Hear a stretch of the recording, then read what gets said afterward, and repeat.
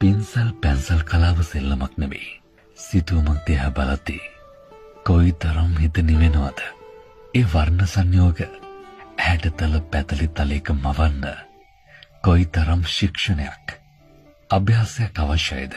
සිත්තරෙක් සිතුවමක් වෙනුවෙන් වෙන මහන්සිය කොයිතරම් විශාල වුණත් ඒ ගැන කවුරුත්ම කතා කරන්නේ නැති තරම් නැටුම රැඟුම ගැයුම වේයුම හැම දෙයක්ම ඉදිරිපත් කරන කලාකරුවට ඍජුවම ශ්‍රාවක ප්‍රේක්ෂක ආදරය සමාජ ගෞරවය ලැබෙනවා.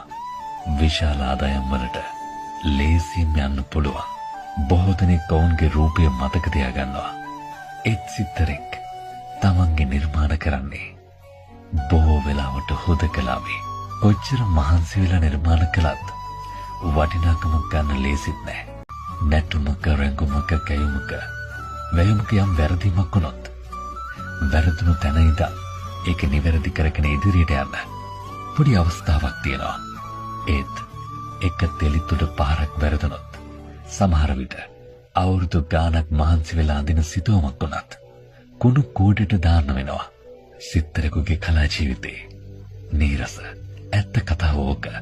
කොයිතරම් වර්ණ සංයෝග හදලා කැන්වස් වලට වෙනස් මාර්ථකථන දුන්නත් සිත්තරෙකුගේ ජීවිතේ පළසුදු තිරයක් වගේ ලේසියෙන් කෙනෙකුට පිළිගන්නේ නැති ඒ කලාව කලා ලෝකෙන් දෑතකට ලැබෙන අපූර්ව දායාදයක්.